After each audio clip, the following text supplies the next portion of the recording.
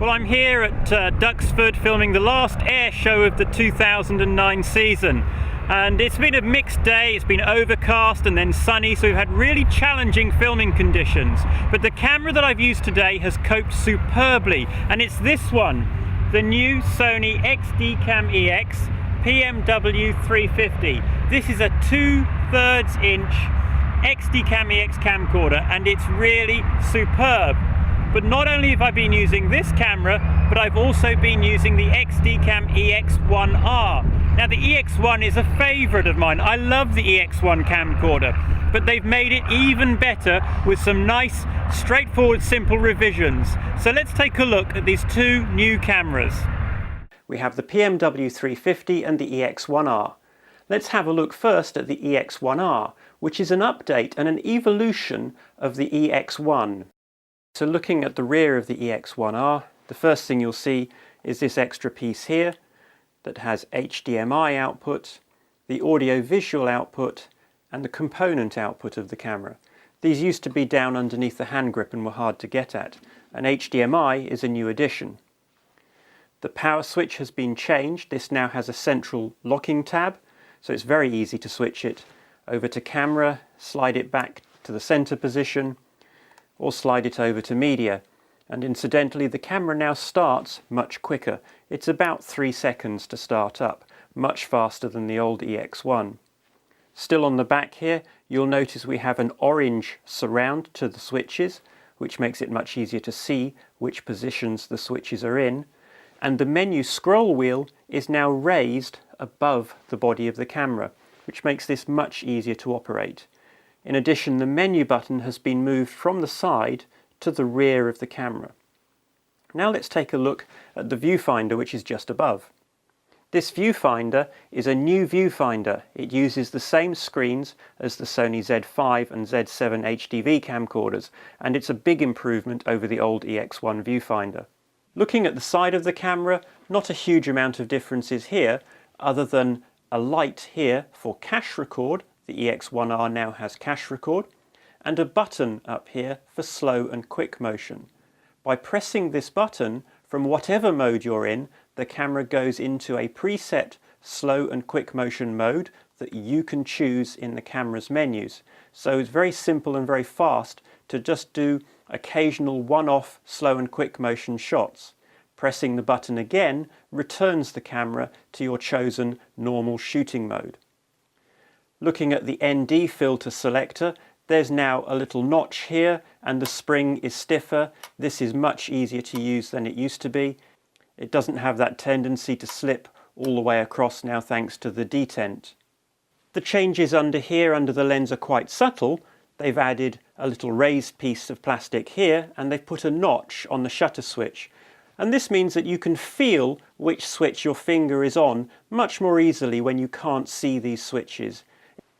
Around to the right side of the camera, and a few small differences again, most notably with the shape and the size of the hand grip. It's been raised slightly on the camera body, and there's a recess under here for the palm of your hand, so it's much more comfortable to hold. In addition, the record start stop button has been recessed, making it easier to find and more natural to use.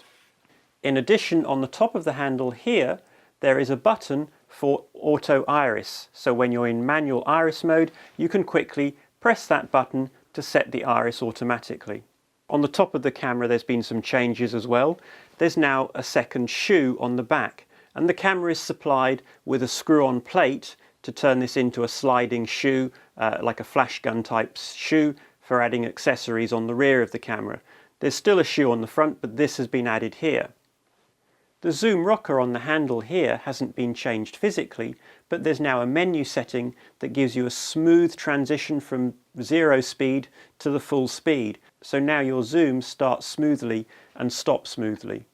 Up here under the handle, this used to have membrane switches.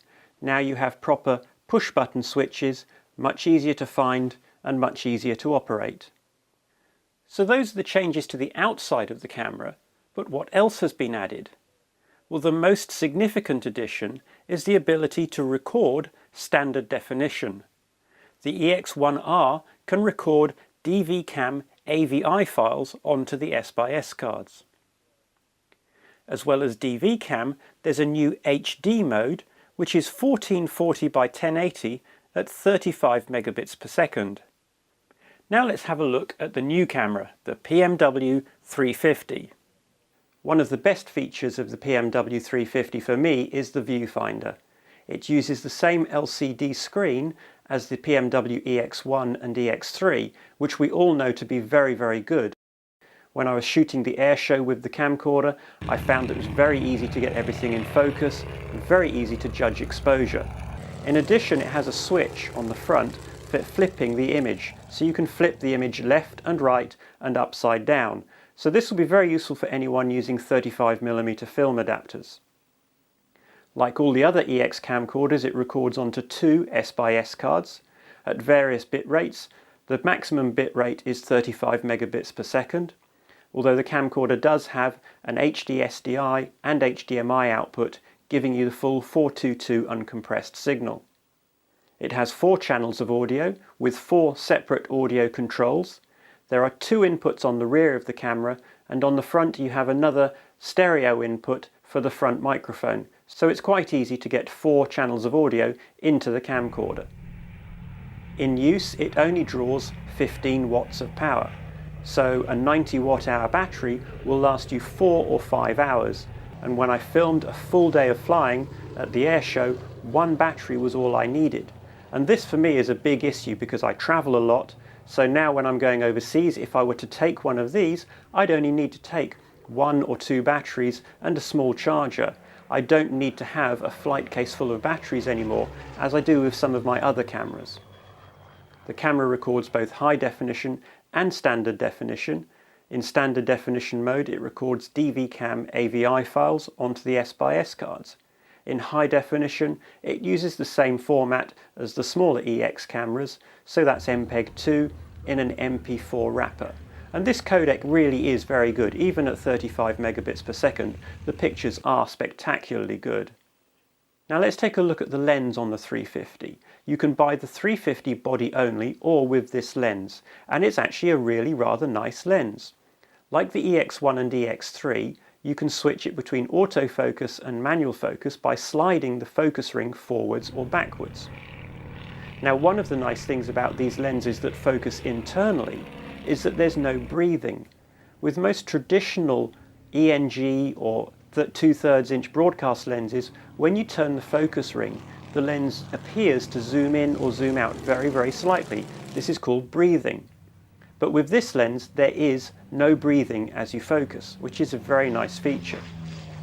But one thing you should be aware of is that you can't use this lens on other 2/3 inch camcorders, because the flange back adjustment is done electronically.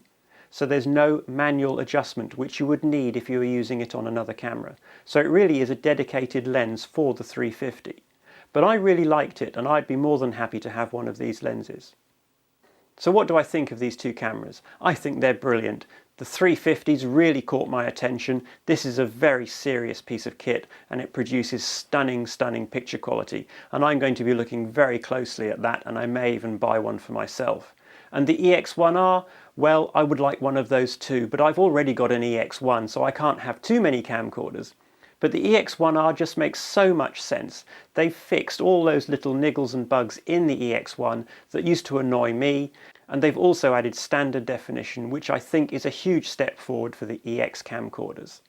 The EX cameras just continue to go from strength to strength, and I think they are a great product line from Sony.